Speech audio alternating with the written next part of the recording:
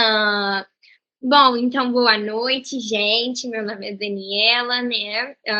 Já o pessoal já está me chamando de Dani, podem chamar de Dani sem problemas.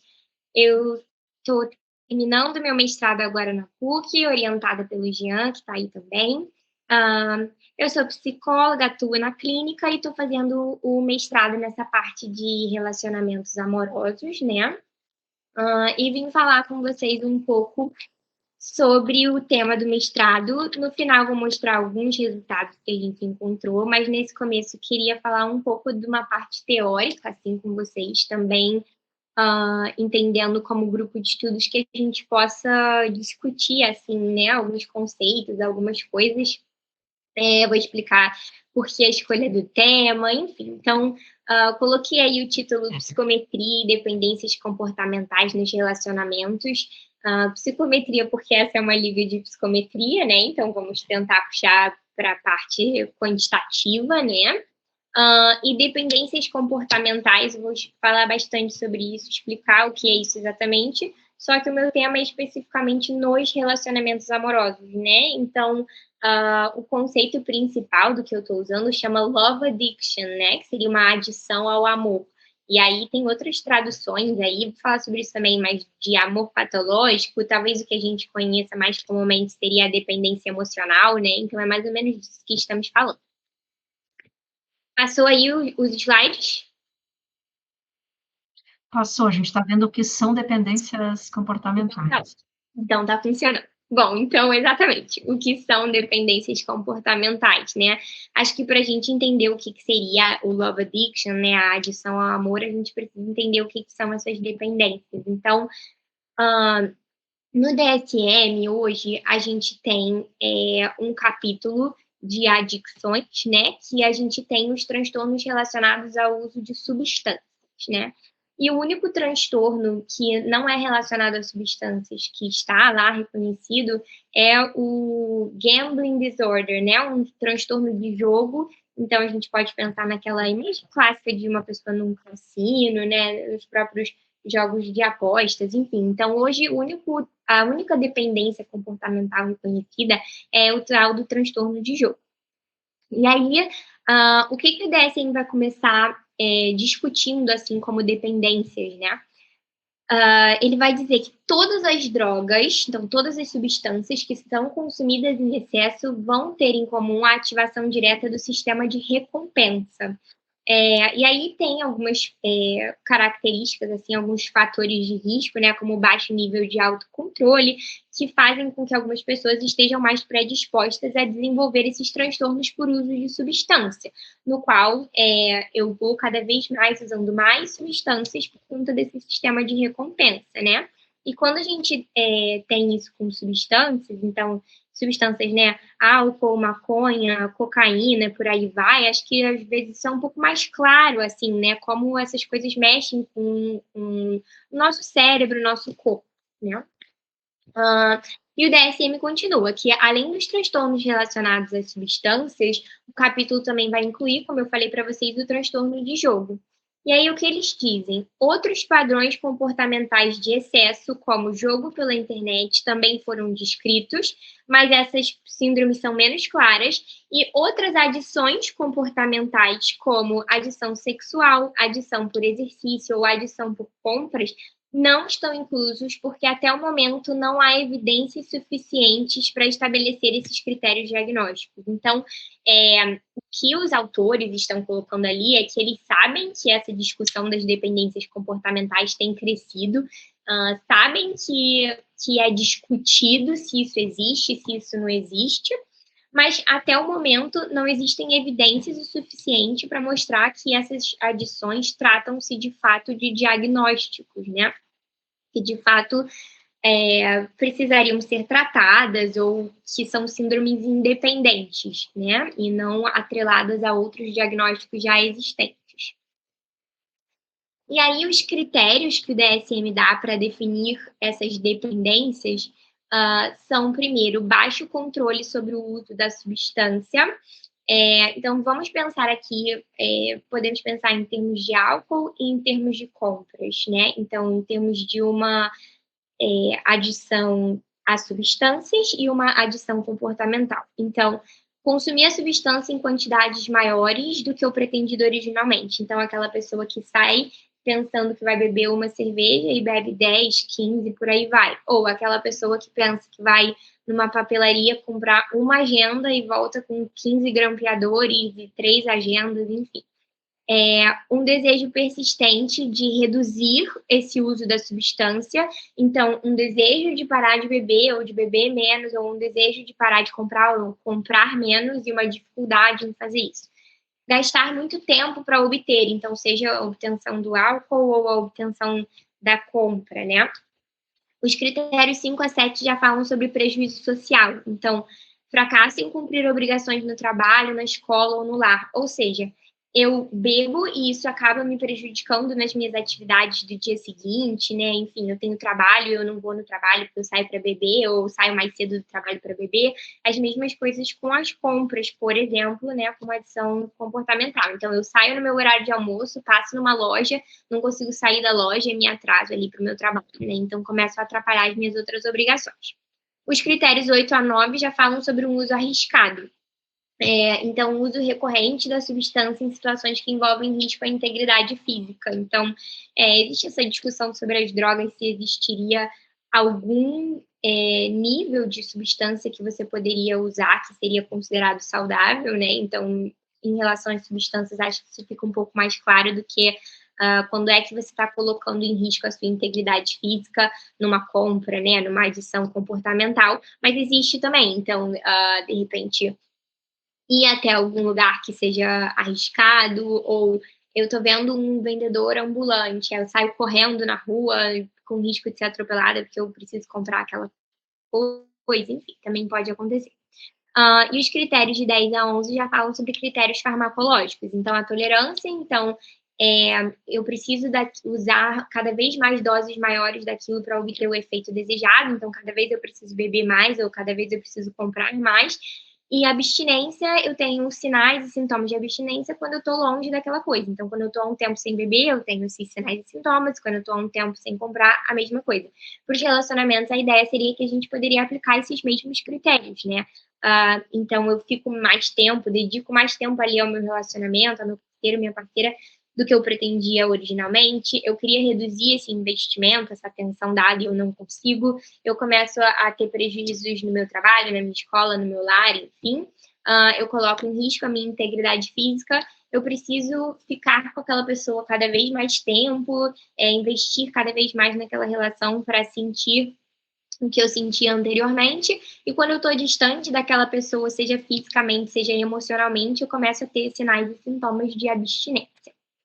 E aí eu tinha até separado esse texto, né, da neurobiologia dos comportamentos aditivos, e separei alguns trechos, assim, para a gente destacar e conversar sobre, apesar de não ser um texto muito recente, né, de 2011, 2012, mas não tem tanta literatura, assim, sobre esse tema, por incrível que pareça, né. E nesse texto, o André, que é o autor, ele já fala que padrões anormais de uso de substâncias são descritos desde 323 antes de Cristo, né. Então esse uso aditivo de substâncias é uma coisa muito mais estudada, muito mais descrita e consolidada, assim, tanto pela população geral quanto pela ciência, né. E desde 2011 até hoje isso continua. Se as dependências comportamentais é uma questão controversa, se as dependências comportamentais também podem ser consideradas adições, ou se isso só vale para substâncias psicoativas. E aí existe uma questão quanto à nomenclatura, né, até quando a gente fala dos relacionamentos. Então, estamos falando de dependência emocional ou estamos falando de adição ao amor? Qual que é a diferença desses termos, né? Então, nesse artigo, o André, essa bibliografia que eu separei, ele usa esses termos de dependência e adição como sinônimos, tá? E vai dizer que essa diferença está, que muitas pessoas vão usar substâncias, mas poucas pessoas vão, de fato, desenvolver a dependência. E aí essas pessoas que desenvolveriam a dependência seriam, o que ele usa como sinônimo, ou desenvolver a dependência ou desenvolver a adição. né? Então, enquanto 15,6% da população dos Estados Unidos americana teria um consumo ilícito de substâncias, só 2,9% iria desenvolver a dependência. E até quando a gente fala, talvez, em uso abusivo, né, ou passar do ponto, enfim, existe um tempo também para esses diagnósticos, né?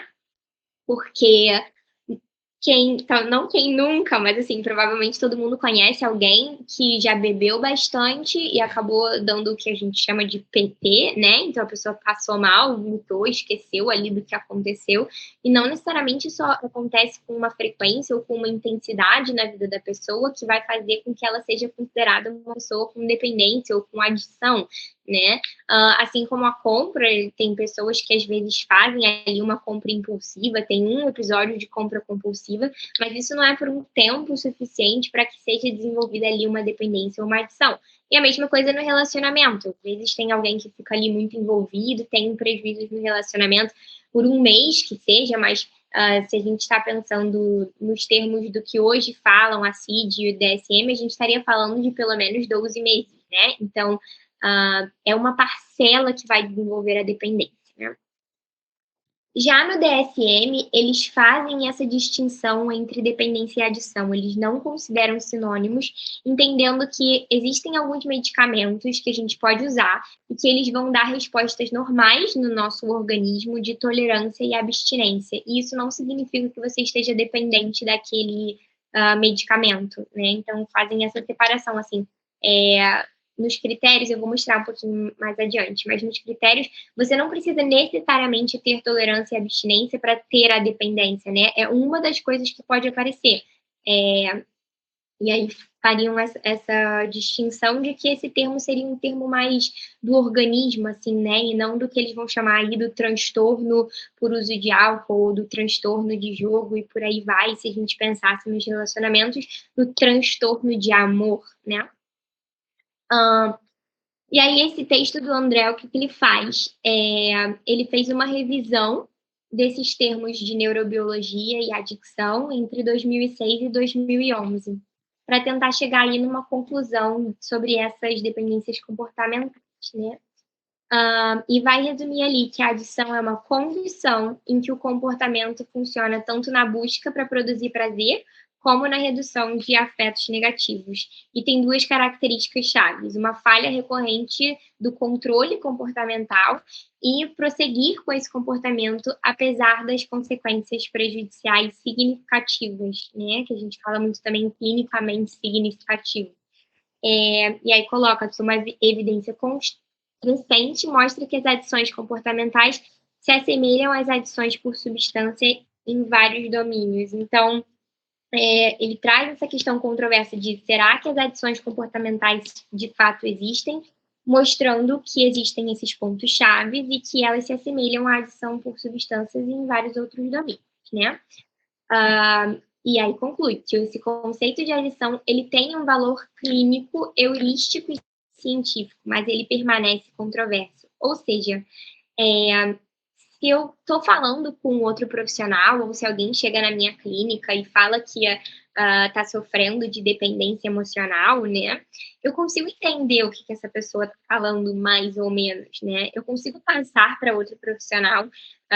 Se eu ligo para um psiquiatra e falo, tem um paciente com uma questão de compra compulsiva, né? Ele consegue entender do que eu estou falando, mesmo que isso não tenha, não seja um diagnóstico oficial, né? Mas existe uma comunicação sobre isso e uma discussão sobre esses diagnósticos, né?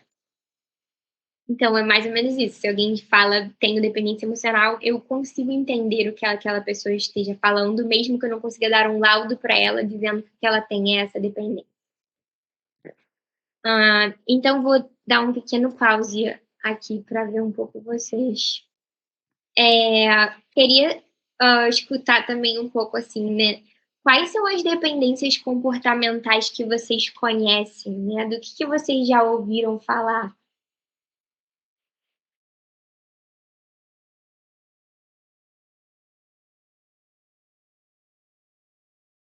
Eu acho que Acho que é a mais famosa de todas, né? Estava pensando assim. o que eu penso é a pessoa é dependente em sexo, assim, ou consumo de pornografia, tipo, ninfomaníacos, eu já ouvi também, parece que vai pela mesma Uhum. onda, né? Sim. A Priscila falou vício em pornografia também, a Rebeca falou vício em compras, Uhum. o Bruno falou, além das clássicas, tem ouvido bastante sobre a de jogos Sim, digitais, comer. se comer. Comer tem o comer compulsivo, né? Mas ele entra dentro dos transtornos alimentares, assim, ele não tá tanto nessa aba das dependências comportamentais. Hum.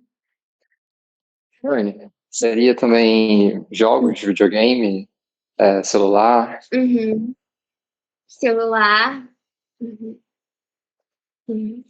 E roubar. Uhum. Sim. Tem algumas pessoas que botam também a tricotilomania, né, ou arrancar cabelo como algo ali um pouco do lugar do vício também, né. Vício é uma palavra um pouco complicada, né, mas no lugar dessas adições também comportamentais, né. Deixa eu voltar então aqui agora. É bom que eu vejo um pouco vocês.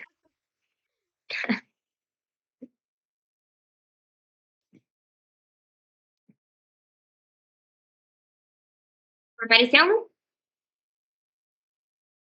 Assim, Tem. Ok. Bom, então, quais são elas, né, exatamente? São as compras, são a pornografia, o sexo, e aí tem muito uma questão também, do flerte, né, dentro do sexo tem vários desmembramentos, assim. A tecnologia, aí, eh, pensando assim, o quanto que alguns fatores culturais também não entram dentro dessas dependências, né. Então botei essas charges, assim: "Estou fazendo uma pesquisa, qual o meu maior medo? Ficar desempregado, ficar doente, ser assaltado, ficar sem internet", né. E aqui também na emergência, dando um jeito de usar o celular. Então, existem dependências, existem adições que a gente não talvez não problematize tanto, né, ou enfim, que tem fatores culturais que apoiam, né, a própria bebida, a gente tem só bebo socialmente, bebendo para socializar, né, então existem coisas culturais que ajudam. A quantidade de ferramentas que o celular nos proporciona, né, qualquer fila que você vai, todas as pessoas estão no celular, então existe algo que é como se fosse aceito, né, como se a cultura também entrasse dentro dessas dependências, né. Quando a gente fala biopsicossocial, acho que entra bastante nesse lugar também das adições, a parte social, né. Trabalho é outra adição comportamental, exercício físico, hoje se fala também um pouco na vigorexia, que está um pouco ligada a isso também, e o amor, que é o que estamos falando sobretudo agora, né. Ah, e aí coloco uma pergunta assim: existe um uso saudável? Ou seja, vocês já devem ter ouvido falar também dos grupos tipo Alcoólicos Anônimos, né, a ANA, então, nesses grupos se faz uma abstinência. Então, eu não entro para um grupo desse e passo a beber menos ou usar menos outras drogas, né, eu paro com isso. Só que quando a gente fala de dependências comportamentais, então, será que existe um comprar menos, um usar menos celular, né? Será que é necessário eu nunca mais jogar videogame ou tem algum lugar em que isso é possível de haver um uso saudável, né? Então, nos relacionamentos, se tem uma pessoa que me fala, que ela tem ali uma adição ao amor, é possível que ela se relacione de maneira saudável ou o que vai ser desejável para ela é que ela nunca mais se relacione na vida dela, né?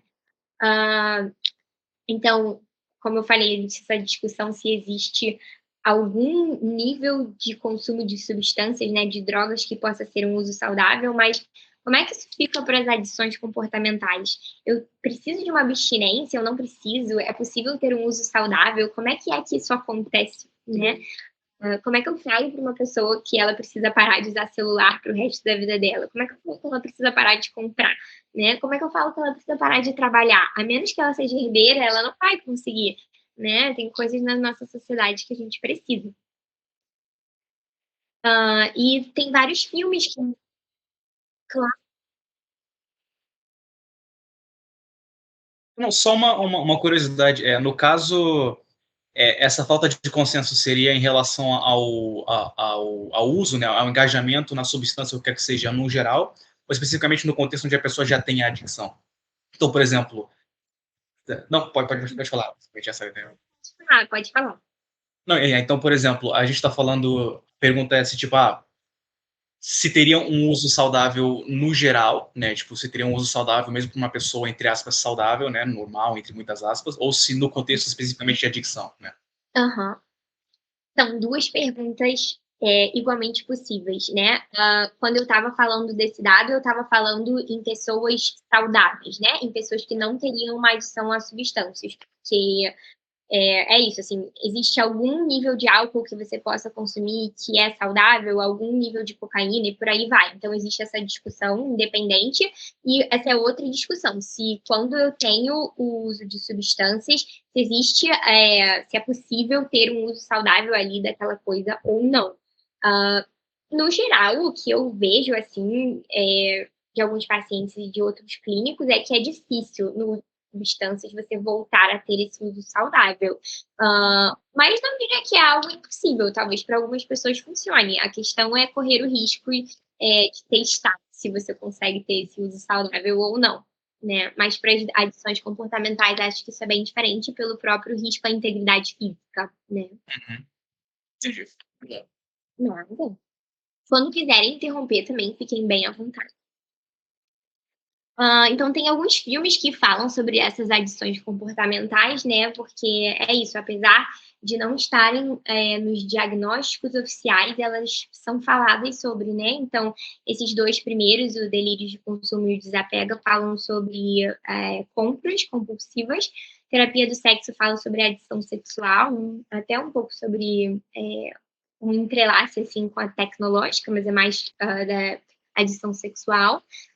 Esse Love Addicts fala sobre uma série que fala sobre a adição ao amor e ao sexo. E esse Desconectados, por acaso, é o único aqui da lista que eu ainda não assisti, mas que aparentemente fala sobre adição à tecnologia, celular, enfim. E aí, como é que funciona, então, o tal do sistema de recompensa, né? Eu peguei uma imagem bem explicativa do G1, que fala sobre um chocolate, né? Então, que quando nós temos uma experiência prazerosa, como comer um chocolate, o cérebro vai ativar ali um neurotransmissor, que é a dopamina, que a gente conhece muitas vezes como o hormônio do prazer, né? E que a dopamina está na área tegmental ventral, que tem uma grande força biológica. A dopamina vai percorrer outras áreas até chegar no córtex, e é o córtex que vai dizer que você está satisfeito, né? Então, que ele vai dizer, pare de comer o chocolate, ou pare de comprar, você já tem o suficiente, ou vamos deixar para encontrar com o seu parceiro amoroso amanhã, hoje você tem outras obrigações, e por aí vai, né? Vai para esse lado do raciocínio, do pensamento, da tomada de decisão. E aí, se comer chocolate realmente lhe deixou feliz e satisfeito, o seu cérebro vai registrar que aquilo é prazeroso, então é um comportamento que deve ser repetido. Então, se comprar fez isso com você, o seu cérebro vai dar um sinal de que você precisa repetir.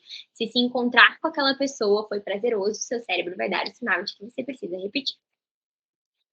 Como o seu cérebro já sabe que comer chocolate é bom, essa área pede que você repita a ação. Só que aí a informação chega no córtex e aí você exerce o papel racional e pensa se você deve mesmo fazer aquilo.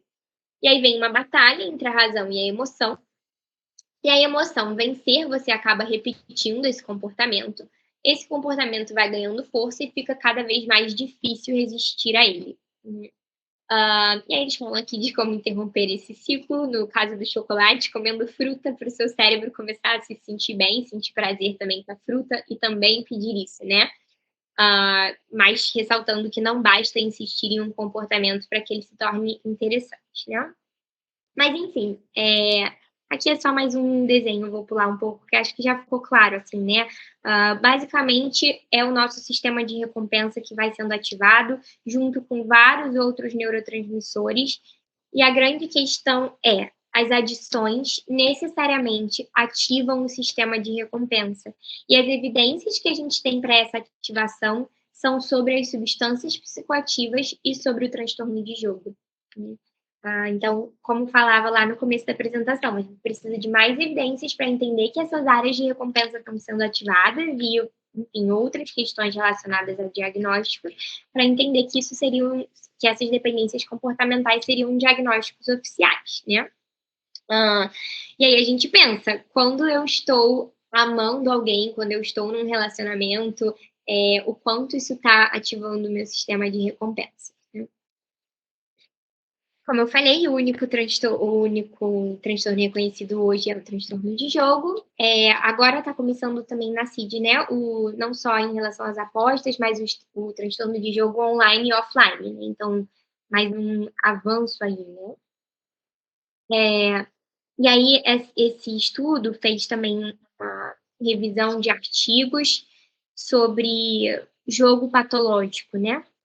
Só para pegar essa parte aqui.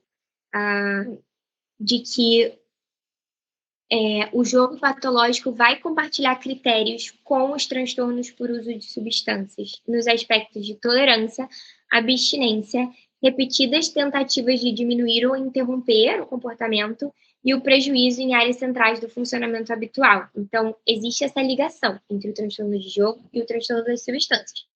Existe também essa ligação entre as outras dependências, que está em aberto. E aí, voltando lá para o primeiro texto do André, da neurobiologia, né? Ele vai destacar 3 regiões do cérebro que são identificadas nessas dependências comportamentais. Então, núcleo accumbens, que é ali relacionado à recompensa, ao prazer, à dopamina, a amígdala e o córtex pré-frontal. E 3 fases, assim, que estariam ligadas às adições comportamentais. Então, uma fase de compulsão ou intoxicação, em que eu tenho, de fato, aquele comportamento. Uma fase de efeito da abstinência ou afeto negativo, de quando eu me afasto daquele objeto. E uma fase de preocupação e antecipação, então, que eu fico pensando naquilo, né? A adicção, as dependências, no geral, elas não são caracterizadas só pelo momento em que eu tenho aquele comportamento, mas também pelo tempo que eu gasto pensando naquilo, planejando aquilo, né? Então, por exemplo, no sexo, eu planejar todo o tempo que eu vou encontrar com aquela pessoa, como que vai ser, tem mais um tempo para além da atividade que é gasto na adicção, né? E aí, entrando, então, especificamente em Love Addiction. Então, o que é Love Addiction, né? O que seria essa adição ao amor? Assim, peraí, deixa eu voltar. Eu vou colocar um vídeo de 1 minuto sobre dependência emocional, só para exemplificar, assim, é um vídeo que não tem nem falas, mas só para exemplificar um pouco o que seria isso, né? Eu não sei se o som vai junto, mas não tem. Então, basicamente, nesse vídeo, assim, né, existe uma felicidade quando ela tá ali com um parceiro amoroso. Quando esse parceiro vai embora, experiencia-se um vazio, né? E todas as atividades durante o dia, tudo bem, atividades de casa são igualmente válidas, né? Mas talvez alguns hobbies, alguns passatempos vão sumindo, porque tudo se concentra ali naquele parceiro. E mesmo essas atividades de casa, que provavelmente são obrigações, vão sendo um pouco negligenciadas ou atrapalhadas, porque o tempo todo ela tá com o celular buscando esse contato, assim, né? Possivelmente, a gente pode fazer uma inferência com esses sinais e sintomas de abstinência, né? Porque esse parceiro está distante fisicamente. E aí, quando ele volta, como se o humor ali, a paz voltasse a se instaurar, né? E eu gosto muito de pegar, justamente por essa falta do diagnóstico, né? Como eu botei ali os filmes, então eu gosto de pegar vídeos, músicas, livros, coisas que as pessoas falam sobre isso, né? Porque se não existir exatamente essa adição ao amor, então talvez exista alguma coisa pelo menos parecida, né? Em qual diagnóstico, onde é que exatamente isso se encaixa, né? Então, nessa música ele fala, eu sou viciado em você, tô preso no seu amor como uma droga poderosa que eu não consigo ter o suficiente, né? E a Taylor Swift também, que agora está super em alta, né? E grande parte das músicas dela são sobre relacionamentos e das histórias que fazem sucesso dela também são sobre relacionamentos. E ela tem uma música em que ela fala não me culpe, o amor me deixou louca, se não te deixar assim, você não tá fazendo certo, né. Deus me salve, o meu amor, né, é a minha droga e eu vou estar usando pelo resto da minha vida. Não tenho nenhuma intenção de parar. E aí quais seriam então as dimensões, né, do que a gente definiria aí como o love addiction, né, como a adição ao amor.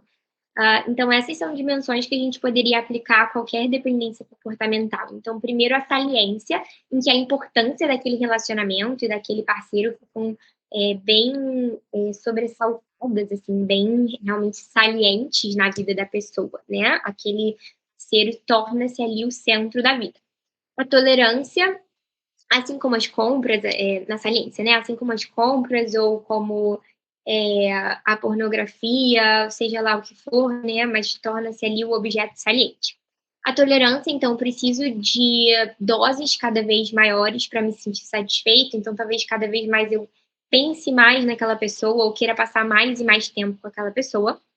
A modificação de humor, então, aquele objeto torna-se a forma de eu lidar com o meu estresse emocional, né, de eu lidar com o meu sofrimento.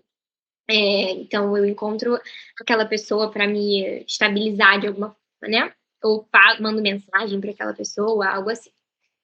A recaída, que é a dificuldade em parar ou reduzir o investimento que eu faço naquele relacionamento ou naquela pessoa. A abstinência, então esses sinais e sintomas quando eu estou longe dessa pessoa, física ou emocionalmente, e o conflito, que é quando aquele relacionamento ou aquela pessoa, passa a atrapalhar outras áreas da minha vida, né.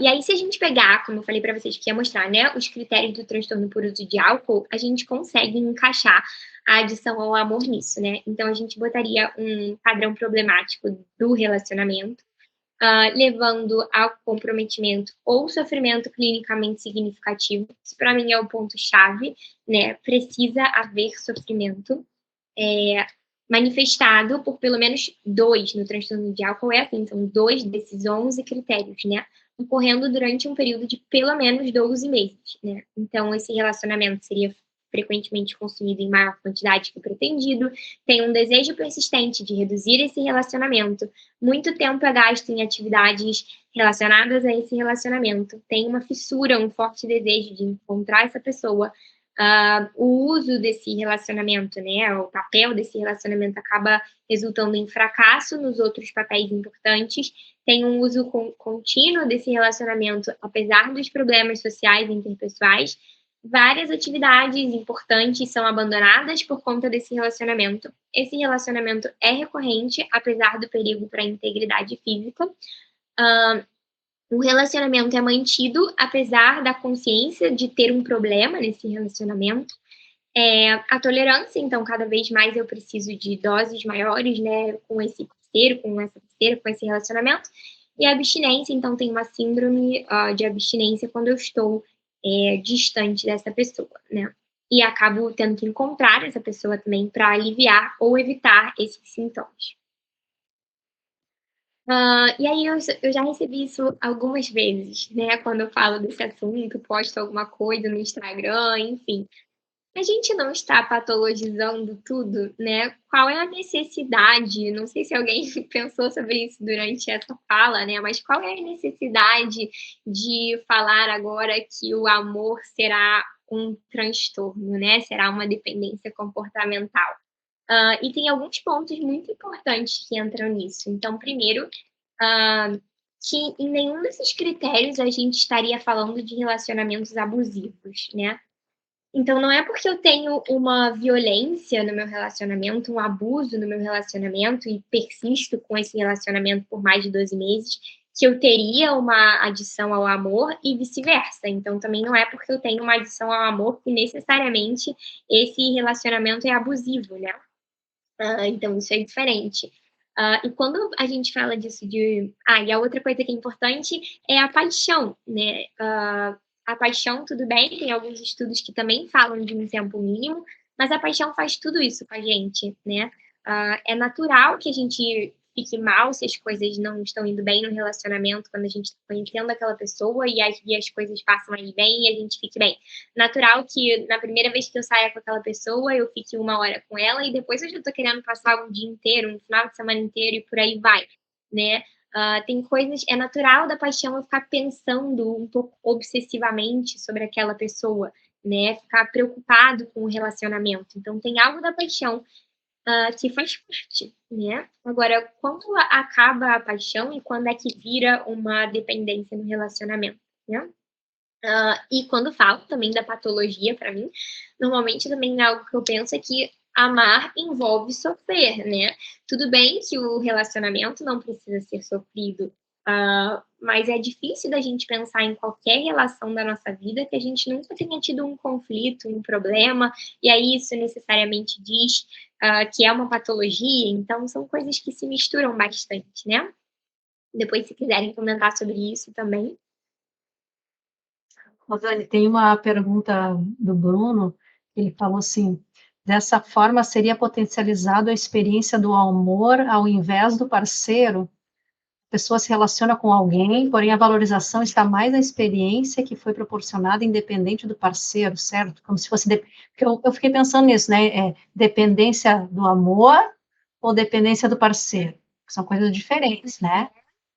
Sim, aquela sensação que eu sinto ali quando eu conheço aquela pessoa, quando encontro aquela pessoa, é daquele parceiro específico, né? São pessoas que acabam tendo isso em todos os relacionamentos ou têm em um relacionamento só. E acaba o relacionamento logo quando a paixão diminui, né? A pessoa quer experienciar a paixão sempre. Aham, aham. Porque eu não consigo ver muita diferença da paixão e da adição que tu fala. Assim, quando tu fala, para mim, é nítido que é paixão. Só não acabou a paixão ainda, porque tu fala assim, quando que acaba a paixão? Mas como que tu define que acaba a paixão e a adição? Qual que é a diferença? Daí eu deixo essa pergunta. Qual seria a diferença da paixão e da adição, então, já que tu está diferenciando? Sim. Eu acho que uma coisa legal é a gente pensar na diferença da paixão obsessiva para a paixão romântica, né, que é algo que alguns estudos têm feito. Então, enquanto a paixão mais romântica seria algo desejável durante todo o relacionamento, a parte da paixão obsessiva já não seria tanto assim, né? E aí talvez a adição ao amor esteja mais relacionada com essa paixão obsessiva do que com a paixão romântica, né? Talvez seja algo para diferenciar. E essa obsessiva pode tender a ir baixando conforme os anos de relacionamento, enquanto a romântica não, né? E aí isso acompanharia um pouco. Então, aquelas pessoas que permaneceriam nessa paixão obsessiva, talvez sejam aqueles casos em que a gente iria nomear como adição ao amor, né? E qual que é a diferença da paixão obsessiva e do romântico? Uhum. Tem alguma coisa assim, tem algum critério bem claro, assim, do que seria? Acho que bem claro, acho que não, mas a obsessiva já fala mais sobre essa preocupação com o parceiro, preocupação com o relacionamento, né, e a romântica já mais nisso de, eu quero, passar todos os meus momentos com esse parceiro, com essa parceira, quero que ele me conheça melhor, né, eu desejo, sexualmente, emocionalmente esse parceiro, já vai por um lado mais, assim, suave, né, mas realmente não é uma coisa bem diferenciada, né. E quando tu fala de agora paixão obsessiva, parece muito apego inseguro, né? Uhum. Porque tá essa obsessão, assim, de estar querendo buscar e, né, buscar a confirmação do parceiro, está muito relacionado com apego inseguro isso, né? Sim, se aquele parceiro vai, continuar ali, acho que isso Então, o pessoal Matthews. Boa noite, Dani. É uma pergunta, aproveitando a pergunta da Amanda. Como é que você diferenciaria essa paixão obsessiva de uma adição ao flerte? Uhum. Tá. Difícil. Talvez sejam coisas que estão bem relacionadas, né, porque talvez a pessoa que tem ali a adição ao flerte, entra também bastante a teoria da limerência, né, que vai falando sobre como a rejeição vai gerando a paixão.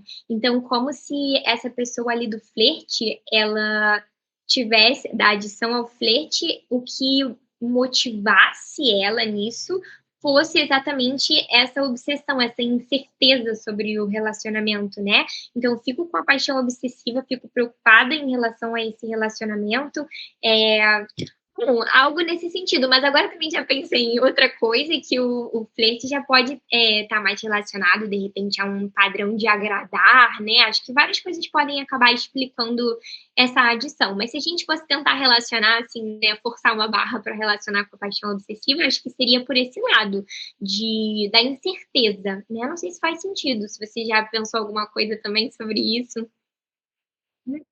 Não, faz sim. Quando vocês estavam conversando, eu pensei bastante nisso. Dessa questão realmente de agradar a outra Uhum. pessoa, né? E você ser muito mais convidativo para a pessoa querer estar ao seu lado, para a pessoa não sair perto de Uhum. você. Ô, Faz Matt, sentido, sim. só Essa me fala. também é uma adição. Ah, desculpa. Pode falar, Dani. Eu Não, ia. eu super pouco vista também, né, do flerte, é uma coisa bem pouco reconhecida, né, mas pode falar, Amanda.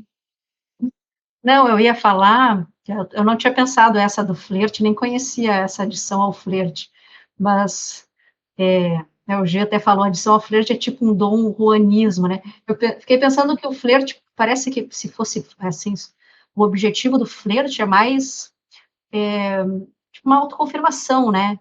Está direcionado a si próprio, né? Não ao outro. A paixão tá direcionada ao outro, né? Então, Sim, o Matt perguntou a diferença, pode ser que seja alguma coisa por aí, assim, tem o direcionamento, o objetivo final é diferente, né?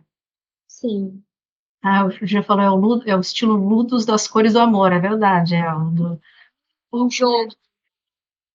Uhum, exatamente. Que possivelmente são coisas que explicam essa adição, né, que estariam por trás aí do modelo explicativo. Umas outras coisas aqui, né, romantismo primeira geração versus terceira geração. Sim, é isso que eu falei da cultura, né, acho que o romantismo também tem um papel muito importante nisso. Paixão raiz e paixão Nutella. Uhum. Sim. Codependência também é outra adição comportamental, né, a Lorena falou aqui, uma codependência de cuidado, é uma adição comportamental de cuidado, né, também entra aí nesse campo. Tá. Vou voltar agora para os slides, agora, Gabriel, é a hora que eu vou falar sobre o projeto, então acho que a gente pode parar de gravar.